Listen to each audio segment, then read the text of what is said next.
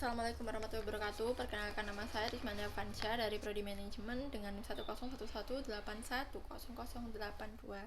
Jadi kali ini saya akan menjelaskan terkait tugas yang saya selesaikan tadi, yaitu UAS SURP. Nah, di sini ada soal A dan juga soal B. Untuk soal A terdiri dari 3 soal, untuk soal B terdiri dari 4 soal. Nah, soal yang pertama yaitu jawabannya yaitu benar, kemudian nomor 2 jawabannya maksud saya nomor 1 jawabannya salah, nomor 2 jawabannya benar, nomor 3 jawabannya juga benar. Selanjutnya soal B untuk soal nomor 4. Jadi di sini ada pilihan desain untuk jaringan transportasi. Nah, di sini ada 6 poin. Yang pertama yaitu jaringan pengiriman yang langsung ke tujuan tunggal.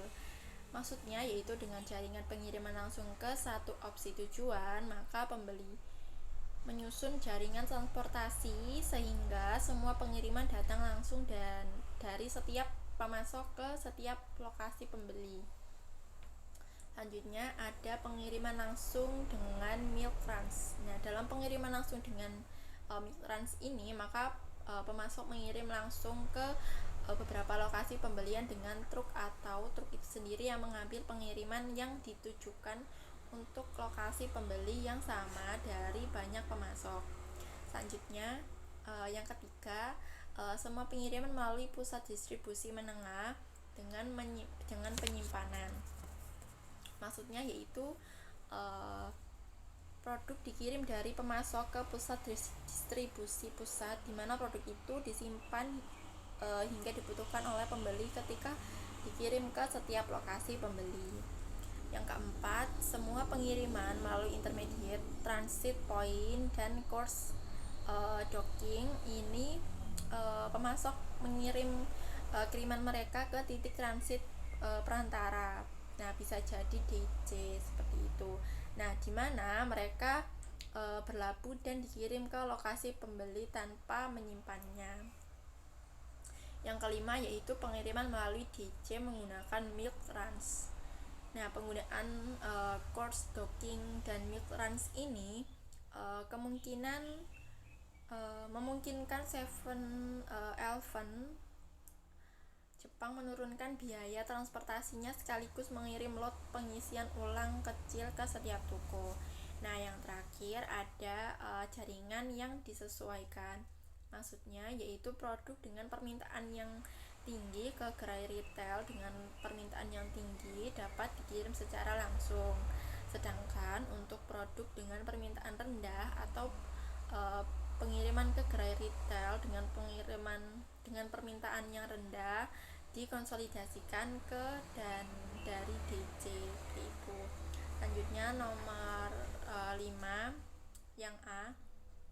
Nah, di sini ada risiko menggunakan pihak ketiga. Di sini ada 8 poin. Yang pertama, prosesnya rusak. 2, meremehkan biaya koordinasi. Kemudian 3, mengurangi kontak pelanggan atau pemasok. Kemudian hilangnya kemampuan internal dan pertumbuhan, kekuatan pihak ketiga, kemudian kebocoran data dan informasi insentif, kemudian kontak yang tidak efektif. Selanjutnya kehilangan visibilitas rantai pasokan.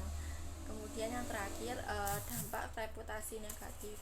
Nah, untuk soal nomor 5 yang B yaitu terkait insentif, maksud saya inisiatif dari penjelasan yang sudah saya jelaskan tadi. Yang pertama yaitu prosesnya rusak. Jadi perusahaan sebaiknya tidak mengalihkan fungsi rantai pasokan dikarenakan kehilangan kendali prosesnya. Seperti itu. Kemudian yang kedua, meremehkan biaya koordinasi. Jadi perusahaan tidak boleh meremehkan biaya apapun itu. Kemudian yang nomor 3, mengurangi kontak pelanggan atau pemasok. Nah, resiko menggunakan pihak ketiga dapat mengurangi kontak antara pelanggan atau pemasok dengan perusahaan. Kemudian yang nomor 4, hilangnya kemampuan internal perusahaan,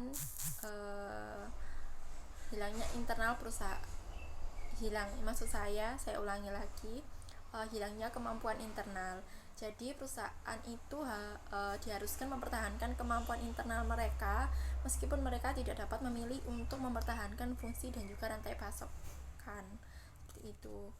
Kemudian kebocoran data dan informasi insentif. Nah, ketika menggunakan pihak ketiga, maka perusahaan harus siap berbagi informasi untuk memperkuat keamanan IT dari perusahaan.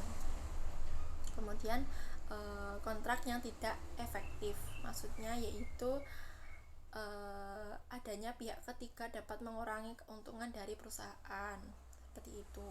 Selanjutnya, kehilangan visibilitas rantai pasokan. Nah, dengan adanya pihak ketiga ini, maka dapat mengurangi rantai pasokan. Kemudian yang terakhir yaitu dampak reputasi negatif atau reputasi negatif. Nah, inisiatifnya yaitu mengurangi penggunaan pihak ketiga dalam rantai pasokan perusahaan. Selanjutnya nomor 6. Di sini ada pengertian dari CRM, ISCM, SRM dan juga TMV. Untuk CRM yaitu Customer Relationship Management, yang merupakan proses yang fokus pada interaksi downstream antara perusahaan dengan customernya. Kemudian untuk ISCM yaitu Internal Supply Chain Management, yang merupakan proses yang fokus pada operasi internal dalam sebuah perusahaan. Kemudian untuk SRM ini Supplier Relationship Management, yang merupakan proses yang berfokus pada interaksi upstream antara perusahaan dengan suppliernya. Kemudian untuk MF yaitu Transaction Management Foundation.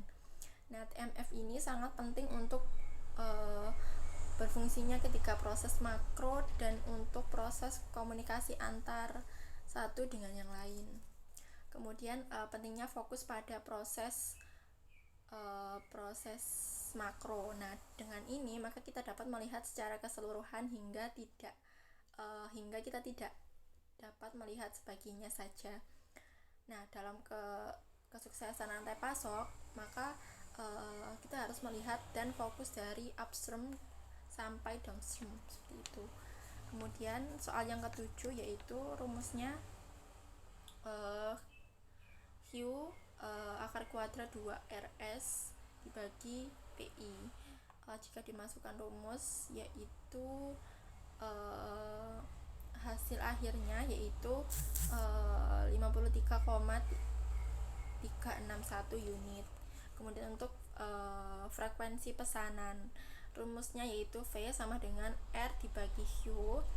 Nah, untuk R-nya yaitu 1.400.000, untuk Q-nya sudah kita hitung tadi di atas. Jadi hasilnya yaitu 53,361. Nah, sehingga hasilnya 26,2 seperti itu. Nah, selanjutnya soal yang terakhir yaitu soal nomor 8. Untuk soal 8 yang A mengenai safety inventory, rumusnya yaitu ROP dikurangi D dikali L. Nah, untuk ROP-nya yaitu 1200, untuk D-nya yaitu 500, untuk L-nya itu 2. Jadi 500 dibagi 2 sama dengan 1000, sehingga tinggal dikurangkan saja, yaitu 1200 dikurangi 1000, hasilnya yaitu 200. Kemudian untuk yang B yaitu Cycle Inventory, rumusnya yaitu Q dibagi 2. Q-nya yaitu 2000 dibagi 2, hasilnya yaitu 1000. Nah, yang C yaitu Average Inventory, rumusnya yaitu Cycle Inventory ditambah Safety Inventory, yaitu untuk Cycle Inventory-nya 1000, untuk Safety Inventory-nya 200. Jadi ditambahkan hasilnya 1200. Kemudian untuk average full time yaitu rumusnya average inventory dibagi throughput. Nah, average inventory-nya sebesar 1200, untuk throughputnya yaitu 500, sehingga ketika dihitung hasilnya yaitu 2,4 seperti itu. Sekian penjelasan dari tugas saya tadi, tugas UTS SURP. Wassalamualaikum warahmatullahi wabarakatuh.